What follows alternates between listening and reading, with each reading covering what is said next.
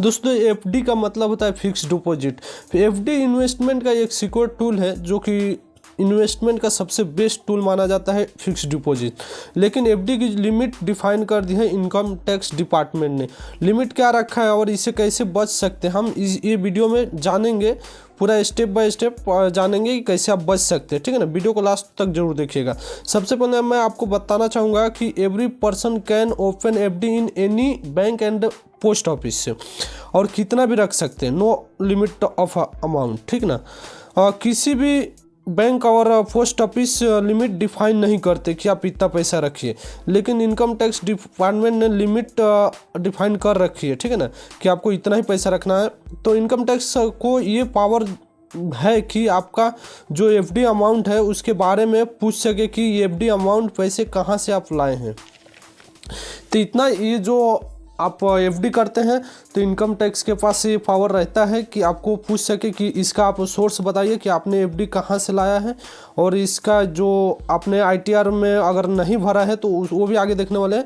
और आपको सबसे पहले मैं बताना चाहूँगा कि आप कितना भी एफडी अमाउंट जो है आप बैंक में रखिएगा तो बैंक को उससे कोई प्रॉब्लम नहीं है, बैंक को कुछ प्रॉब्लम नहीं है। प्रॉब्लम है तो इनकम टैक्स डिपार्टमेंट को। आप देखिए इनकम टैक्स डिपार्टमेंट का क्या कहना है कि बैंक का तो कुछ प्रॉब्लम नहीं है कि एफडी पे आप कितना अमाउंट रखते हैं, लेकिन इनकम टैक्स डिपार्टमेंट ने बैंक को बता के ये रखा है कि अगर कोई भी पर्सन फाइनेंशियल ईयर यानी एक साल के अंदर, फाइनेंशियल ईयर जो होता है 1 अप्रैल और अपना 31 मार्च, ठीक ना, तो इन एक साल के अंदर अगर 10 लाख से ऊपर का एफडी करता है या फिर 10 लाख तक एफडी करता है तो उसकी नोटिस हमें, मतलब उसके बारे में हमें बताइए, उस अकाउंट होल्डर के बारे में बताइए जो सेविंग अकाउंट के थ्रू या फिर जो आईटीआर नहीं भरते। ठीक है ना, और ये तो बैंक को मालूम नहीं रहता कि आप आईटीआर भरते हैं या नहीं भरते, बस इतना बैंक को बता के रखा है इनकम टैक्स डिपार्टमेंट ने कि जब अगर कोई एफडी करता है 10 लाख का तो हमें इन्फॉर्म कर दीजिए।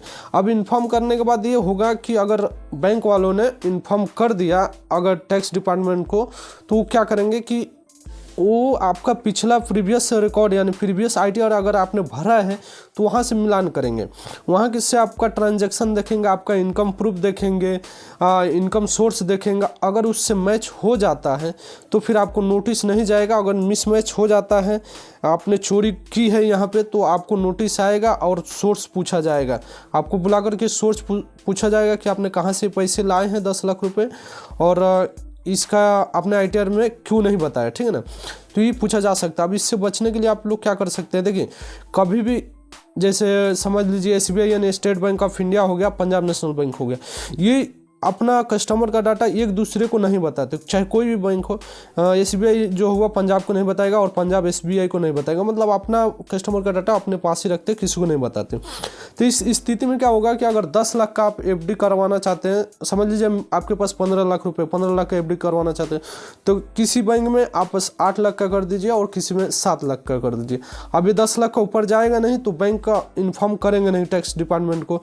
लेकिन हालांकि आपका पैन कार्ड ऐड रहता है तो इसके थ्रू इनकम टैक्स डिपार्टमेंट को मालूम चल जाता है और डायरेक्ट वो कभी भी चेक कर सकता है। चेक करने के बाद वही फिर आपसे आईटीआर फाइल आपका मिलान करेगा। अगर सही होता है तो ठीक, नहीं तो फिर से आपको नोटिस भेज दिया जाएगा और नोटिस के थ्रू आपसे पूछा जाएगा, सोर्स पूछा जाएगा। अब जो आईटीआर कभी भरते ही नहीं उनके लिए क्या है, तो उनके लिए देखिए अगर आप आईटीआर नहीं भरते, क्योंकि अगर आपके पास उतना इनकम नहीं हो रहा है, जो आईटीआर का जो नियम है उसके ऊपर अगर आपका इनकम नहीं हो रहा है तो आप नहीं भरते, सिंपल। तो आप अगर 10 लाख एफडी कर देते हैं तो आपको यहाँ से बचने के लिए कुछ उपाय हैं कि आप इसको बता सकते हैं कि हाँ मुझे गिफ्ट मिला था, तो गिफ्ट का सोर्स रखना पड़ेगा, किन्होंने दिया था और कैसे दिया था। तो आप लोग ये इस प्रकार से बच सकते हैं। अगर समझ लीजिए कि अगर आप ये सोर्स नहीं बता पाते हैं इनकम टैक्स डिपार्टमेंट को, तो आपको इसकी स्थिति में कितना चार्जेस देना पड़ेगा, तो 60% जो है फ्लैट। अगर अनएक्सप्लेनेड इन्वेस्टमेंट में ये ऐड हो जाएगा, मतलब कि आपने इसका एक्सप्लेन नहीं किया, आपने इसका सोर्स नहीं बताया इस इन्वेस्टमेंट का, तो उस स्थिति में आपको 60% फ्लैट टैक्स लग जाएगा। और सर चार्जेस जो है, सर चार्ज आपको 25% और पेनाल्टी 6%, इस प्रकार से आपको चार्जेस देना पड़ सकता है इनकम टैक्स डिपार्टमेंट को। तो आप इस प्रकार से बच सकते हैं। अगर आपको ज़्यादा अमाउंट करना है तो कोशिश कीजिए 2-3 बैंक में करने के लिए। अगर आप सेफ रहना चाहते हैं, पूरी तरह से सेफ रहना चाहते हैं तो जब भी आप ITR भरते हैं आपको FD से जो इंटरेस्ट होता है वो तो आपको इनकम होता है, तो आपको वहाँ पे इनकम दिखा देना है कि हाँ मुझे यहाँ से इतना सोर्स हो रहा है इनकम का, तो आपको कोई दिक्कत नहीं आएगा आप ITR भरते हैं तो। उम्मीद करता हूँ वीडियो पसंद आएगा तो चैनल को सब्सक्राइब कीजिए और वीडियो को लाइक कीजिए।